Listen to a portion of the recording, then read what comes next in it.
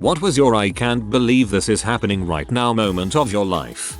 Went to a concert of my favorite band ever. Bought the VIP tickets. Chatted with artist before concert. Ended up going out to dinner with the whole band after the concert at some 24 hours diner. Best moment of my life.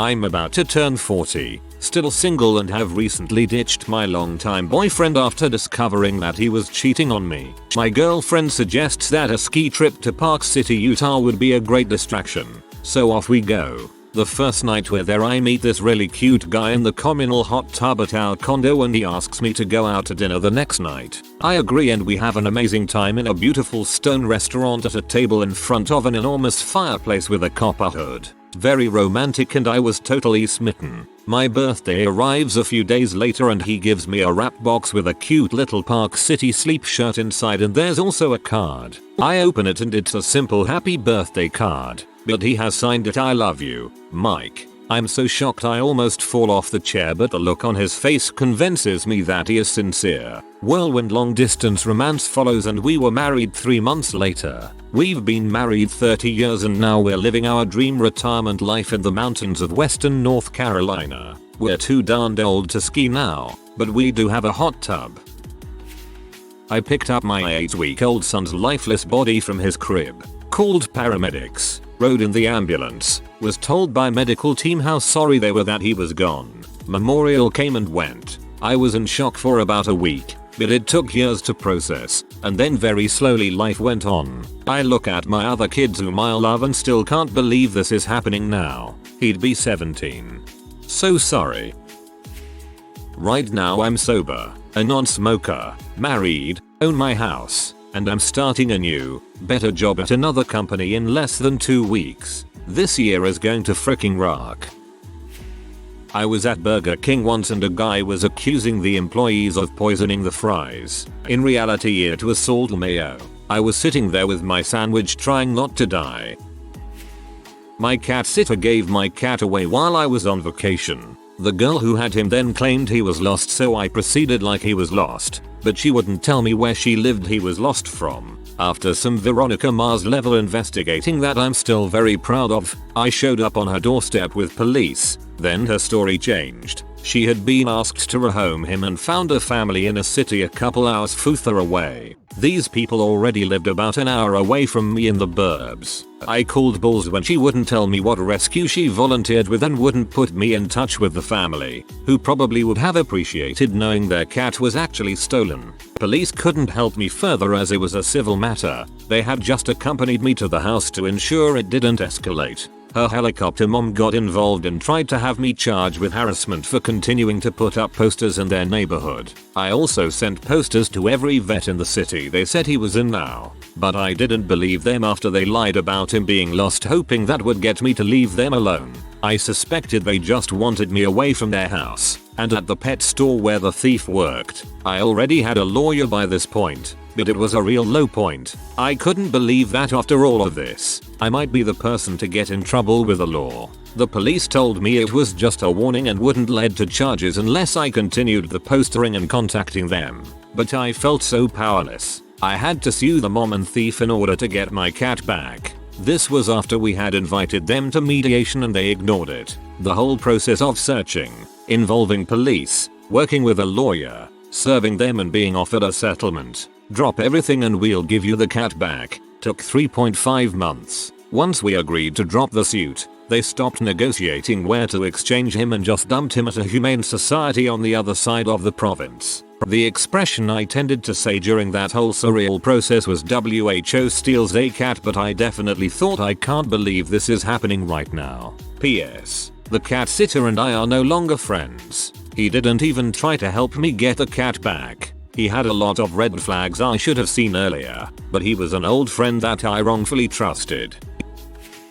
One day I am walking toward my local train station with my then GF. Suddenly the train arrives. We dash for it. She gets in first. Then I get in, well almost. My ankle gets caught in the door as it closes. I get embarrassed easily so I am struggling to get my leg in as fast as possible, yet it won't budge. Everyone on the train is watching including the GF. I finally get my ankle in the door with a quick, forceful tug. So forceful that my jeans fall down to my feet because of a faulty belt I just bought. So a train cart of about 30 people saw my pants drop and had a nice view of my chicken legs and boxers. I pick him up with the speed of light, sit down next to my GF and ignore what the frick just happened. It's pretty hard to ignore it while almost everyone on the train was either laughing, pointing or talking about it as I sweat and overheat like a man stranded in the middle of the Sahara Desert with no water. Fortunately, my GF didn't laugh at me until we got off the train. The way this story started, I thought you were gonna lose your foot. Anyway, maybe they will remember the incident but not your face. You're good. My husband and I were sitting in a courtroom at the culmination of 2+ years of stress, 6 months of legal work and media attention.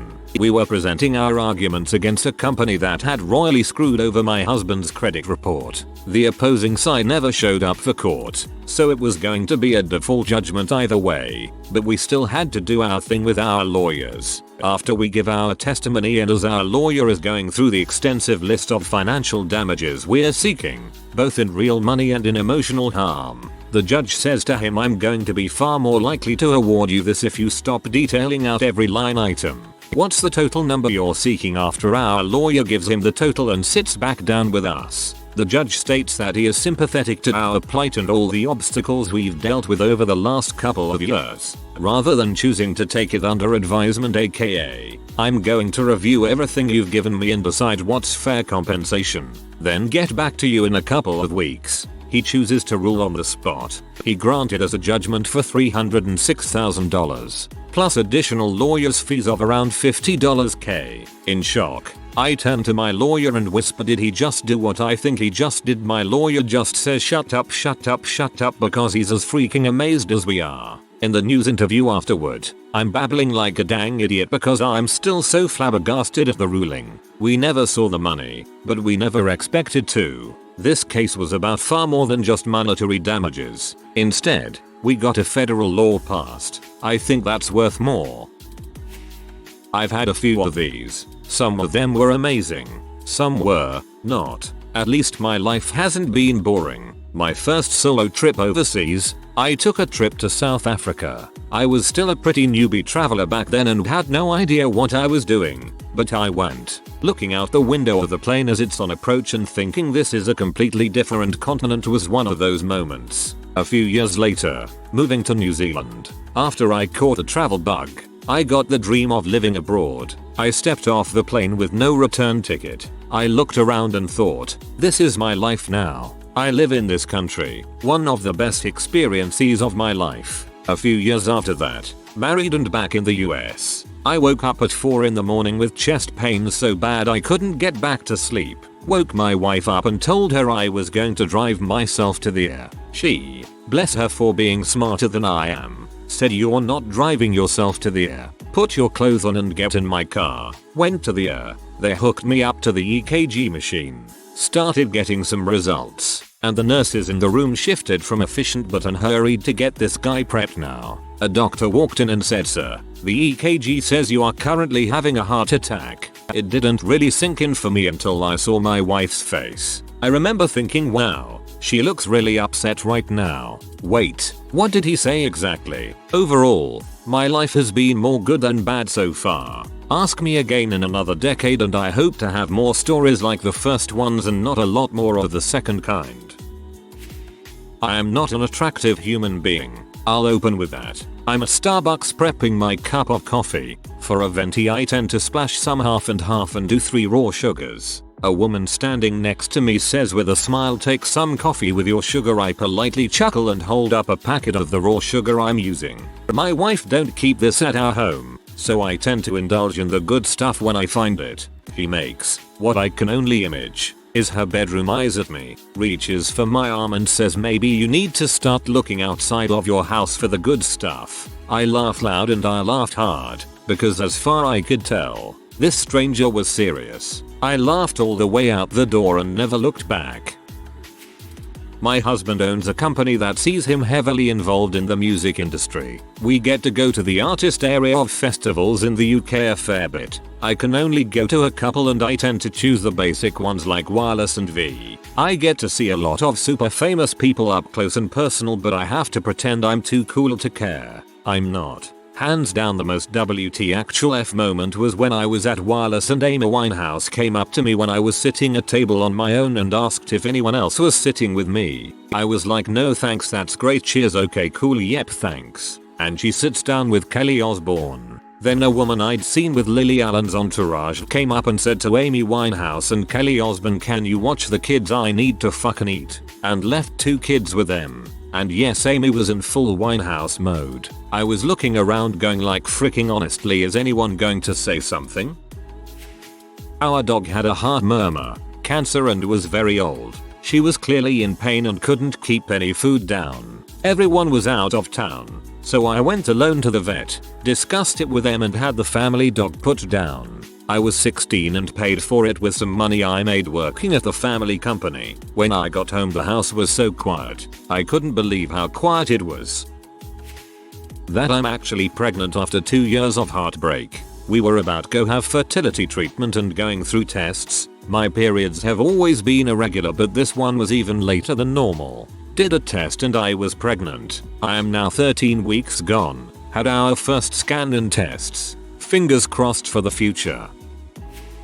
A while ago at my college we were put on lockdown for a potential gunman on campus. When they announced over the loudspeakers there is a gunman on campus, shelter in place, I had a surreal I can't believe this is happening right now moment. It's always something that you think will never actually happen to you. Thankfully there was never any actually danger on campus, just a potential threat. But sending those texts to my family friends is something that I never wanted to do. The scariest 2.5 hours of my life was not knowing whether someone was gonna come into my lecture hall to shoot it up.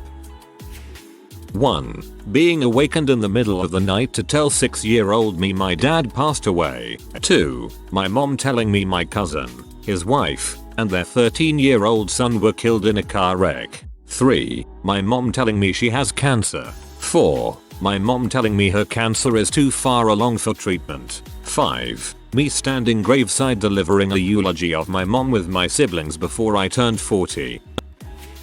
Alcohol detox. After 20 years as an alcoholic and trying many times to quit on my own, I finally decided to get help. I went to a doctor that does surgical implants of naltrexone, which eliminates the craving for alcohol. The idea is that if you can get rid of the cravings, you have a chance of staying sober long enough, like a year, to kick the habit. Before they do that though, they do a rapid detox session where you stay in a room on an IV drip for like 8 hours. I remember sitting in there with my wife and just thinking I never thought I'd fall this far. I was really and truly in the bottom. I was hopeless and truly suicidal, but the implants helped me stay sober. I got into weekly therapy to deal with the CSA, and I got my antidepressants dialed in. I also started exercising regularly and eating healthy. Now I'm 2.5 years sober, and I've largely healed the emotional trauma from the CSA. I've also lost a bunch of weight and finally have a decently muscular physique going. The depression, which was later identified as bipolar type 2, is under control as long as I stay vigilant. Life is actually looking pretty good now. When I can speak with a tourist from America for the first time, it is special because at that time I still learned English. The last year of my life pretty much. Wife cheated on me and blames me. She then strings me along and lies to me for 8 months, repeatedly telling me she's ended the relationship. I keep catching her lying. I finally end it and give her the boot in November. 2 weeks ago she starts talking about really wanting to fix things, that she's tired of missing out on the wonderful family we could have with our kids. I let her back in emotionally against everyone I know, and everything in me saying it's a bad idea. Then I find out she's still talking to her boyfriend and hasn't ended it. Last night, after she supposedly ended it again, she says I'm the one who can't be trusted. WTF. Be gone. Manipulative C. Be gone. The problem with cheaters is that there is a very high chance of a repeat offense. If they respected you so little as to do it in the first place, it's unlikely they'll ever respect you enough not to do it again. To them, it's not the cheating that was bad, but the fact that they got caught. When I was 17 I got to sing Bring Him Home from Les Mis to a theater full of 1,200 plus people. It was a surreal experience, holding the attention of that many people for like 3.5 minutes. They even clapped for me at the end. I've not had another experience like it in the 10 years since. What can I say? I peaked early. Last week I got into a random, petty argument with my sister who accidentally slammed a cabinet too hard and broke it. That got my toxic, pedo father involved. Cue yelling and provocation. By the end of that, the police were called and my sister and I had given them his CP hard drives and moved into a friend's house. We've wanted to leave for years, but an argument about a novel in my car was the straw that broke the camel's back.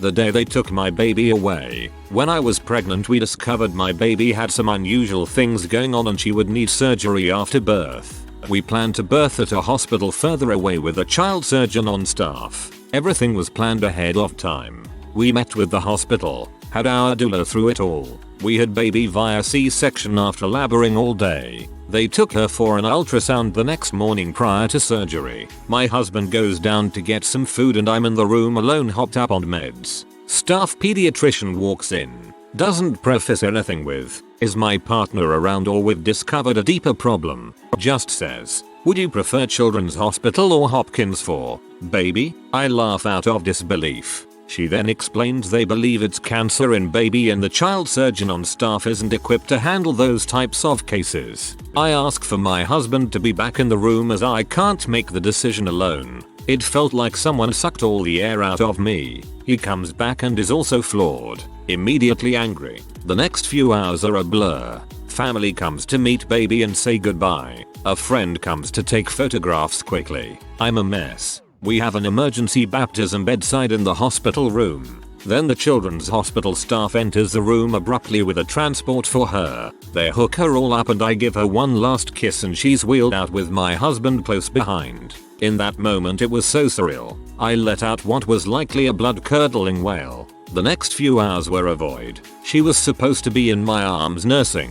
We were supposed to be going home together. Leaving the hospital after having a baby with no baby is the most empty feeling I ever experienced. A mom was queuing over her baby as I waited for my dad to come with the car and I couldn't stop the tears. I'll never forget that. For those wondering, baby did not have cancer. She did need 2 surgeries, one at 4 weeks and one at 6 months, and spent a stint in the NICU at Children's in DC. She's a happy healthy toddler now, but I am forever scarred from that. Mine happened last night. Was 8 weeks pregnant and went to the for some light spotting that had been going on for a few days and found out I'm having a miscarriage. My mom, dad, brother, and I were all staying in Branson, Missouri, with our aunt and uncle. They had a small place with only one bathroom. My aunt and uncle were taking a shower together, kinda awkward with family there, but whatever, and my mom had to take a poop really bad but just tried holding it in until they got out. Well, about 2 minutes before they got out she was running to the back door to try and get to the backyard but had a mishap and pooped her shorts. Since she was wearing shorts, some poop slipped out onto their carpet. Instantly my aunt and uncle's yellow lab goes over and eats the crap. My parents start freaking and both my mom and dad, plus my bro, searched their house for cleaning supplies, cleaned the spot on the carpet, all right before my aunt and uncle walked out of the bathroom. I was at 10yo and wide-eyed like WTF is happening right now. We never told them about this incident. When I was probably 17 I was playing airsoft with a bunch of my friends in the backwoods behind one of their houses. We noticed a helicopter circling us and getting lower and lower with each circle. One of my friends, a pilot, recognized the numbers as the sheriff department, so we put all the airsoft guns in a pile and waved to them, and an officer tells us over a loudspeaker to go down the hill to the road. Deputies are waiting for you there. Whole time I'm thinking, okay, we'll just explain it to them and he on our way. 2 If my friends have their hands up and I something like, you guys, it's going to be cool, you don't need your hands up. Then I see the deputies and it's 6 guys behind their cars pointing assault rifles at us and scream at me, "Put your freaking hands up." Yeah, that's when I figured crap was real. They ended up disarming us, contacting the owner who gave us permission to be on the property, telling the one butthole sheriff to frick off, bought us soda, then fined the guy who called it in for wasting police resources. So one day, in the summer, I climbed a rock and jumped into a natural pool, and with all the excitement I didn't notice that with the fall I undressed my swimming shorts. So you can imagine the "I can't believe" moment when I got out of the water. The last 10 months, mom has stroke, mom moves in, find out mom's an alcoholic who's been manipulating us, daughter has seizure, son diagnosed with autism, daughter diagnosed with epilepsy. Those last 3 happened within 6 weeks. I need a vacation, or a nap. I'd settle for a nap.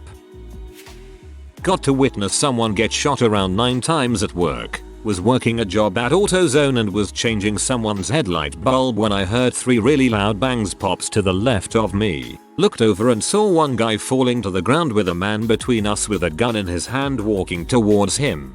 I got down on the ground behind the engine and heard a few more shots. Peeked over the hood but the guy was still there and fired off a few more, but stayed down until the shots stopped from what I assume was an empty clip. I stopped a mental count at 5 for some reason. Quickly reconnected a costumer's battery I was working on and they got the frick out of there. Dude lay there on the sidewalk bleeding out for like 20+ minutes before an ambulance arrived. And mind you, there was a hospital less than 2 miles away. Cops got there and just sort of stood there looking at him the whole time. I was taken in for questioning later that evening because I was the only employee outside at the moment it happened. Without a doubt my biggest "I can't believe this is happening right now" moment. The adrenaline high from that one lasted something like 8 hours lol. Crap was crazy. You can still see the bullet holes in the side of the building last time I dropped by. But I quit the job a couple months after this happened for unrelated reasons. The February 2010 8.8 earthquake in Santiago, Chile. I was on the 9th floor of a high-rise building. My wife about 5 months pregnant at the time. At first, I didn't think much of it. When I had moved to Santiago a few years prior, I'd felt the first tremor I'd ever felt in my life. A little 3.1 rumble that barely shook the bookcase, but to me felt like the birth pangs of the great apocalypse. I walked around all day long with a fevered excitement asking everybody I saw what they thought of the morning's earthquake. Nobody else had apparently even felt it, despite my insistence that the US Geological Survey's website did in fact prove that it happened. This is Chile. We don't get out of bed for anything under a 6. So when my wife had nudged me awake upon feeling the first perceptible waves of the coming megaquake, I calmly informed her that "It's not big deal, honey. Go back to sleep. Nobody gets out of bed for anything under a 6. A couple of seconds later the plaster began raining down from above and I knew this one meant business. We scurried out of bed and began fumbling around with the door handle like fish attempting to pick the lock. After we got it open, I realized I'd left my cigarettes inside. I used to be a smoker, so before the door slammed shut I risked digits to hold it open, dash back in, and grab my stumps. Only later in the aftermath realizing that I left the keys on top of the microwave. Once we got out into the hallway to make it to the staircase, the horror of the quake began in earnest. The building was literally jumping up and down. The floor felt like walking through marshmallow like the stairs in Nightmare on Elm Street. It was the only time in my life I was ever honestly convinced that I was going to die. My wife tells a tale, and I have no recollection of this, that once we reached the end of the hall, she froze and grabbed onto the wall, refusing to move. Apparently I grabbed her, threw her over my shoulder, and carried her down 9 flights of stairs. Bearing in mind she was 5 months pregnant, I'm not going to say it happened, as her perception of the events could be equally as skewed by all the excitement and fear as my own. But that would classify as the "I can't believe this is happening" moment, because I literally can't believe it actually happened. Got caught by the police having sex with my girlfriend in a parking garage. I was only 16 and scared shitless. We were at the top of the parking garage and for a good 2 minutes I was seriously considering vaulting over the edge and killing myself. Obviously I didn't go through with it and the police officers were kind enough to let us go with a very stern warning about public indecency. I am not an attractive man. I'm a 5/10 on a great day. The 5/10 will vary based on whatever you consider to be amazingly average. Anyway, the most attractive girl I had ever actually met in my life up to that point started giggling at my nerd references at the lunch table at work. We started talking, and I eventually, because of a third party yelling at me that it was a sure thing, asked her out. She said yeah, but number. It's what I was expecting. So I brushed it off. However, later that night she called and apologized for being so nervous, and she really just meant yes. Me, an average fugly dude, made this supermodel-esque girl nervous, and we were going on a date. Best night ever. She wound up being a psycho, abusive, cheating hose beast. Sex was amazing though. Dad passed away when I was 18. Girlfriend cheated on me a week after we became official by sending nudes to a random guy. She confessed and threatened to kill herself from stress if I didn't give her a chance, so I spent an hour making her promise not to do so. I hope that you are in a better place now, X. When the director of the pediatric intensive care unit, the charge nurse and social worker brought me to the little room to explain that they didn't think my child was going to make it through the night. I was alone, because my husband was at home with our other child. I just kept thinking that this can't be it. We had had other scary moments throughout my child's life, but this was the worst. They made it. They still have issues, but my kiddo is still here and I get to still be their mommy. After 10 years of fertility issues and miscarriages and losing our premature baby, we finally made it almost full term and had a son. For about 8 months I would look at him and think, is this really real? Do I really have a kid? Every day, several times a day I would ask myself if this was really happening. We had so much heartbreak I couldn't believe we had a baby. Also, when my first son died after being born too premature, I was in denial. When they told me I had to deliver him I was like, you're kidding right? I had no idea how much crap could go so wrong while pregnant. I overdosed on H. I was really sick, so I got a bag. 1/12 of what I would do normally, and it absolutely ravaged me as it was packed with fentanyl and I didn't know. I woke up completely naked with both of my parents sobbing as paramedics got off of my chest after doing CPR. My chest hurt so bad and I was sick as heck from the Narcan. On the way over I just lay there and just kept thinking how this happened. I'm clean 4+ years now, thank God, but it comes into my head sometimes. Getting married, and then a month later, dealing with her cancer diagnosis. 2017/2018 was an absolute roller coaster, and during those highs and lows I feel like I discorporated from my body. To anyone who reads this, it was stage 2 breast cancer and she's doing quite well now. We take our rescheduled honeymoon next month. Playing a halftime show at Lambeau Field, our entire high school band got to go. Practiced the whole morning, went onto the field and went to play and realized the reed on my saxophone was chipped beyond use. I had to sit there and pretend to play for 15 minutes. Awful. As a teenager I was woken up to my mother screaming my father's name, rushed into their room to see him turning blue and unresponsive in their bed. I called 911 and performed CPR on my dying father as my mother, sister and friend who was sleeping over watched. The last thing he said to me was wake me up for coffee in the morning. I kept telling myself I was dreaming, but then I never woke up. If you are new to the channel, you can subscribe. I publish new videos every day. Until then, check another video.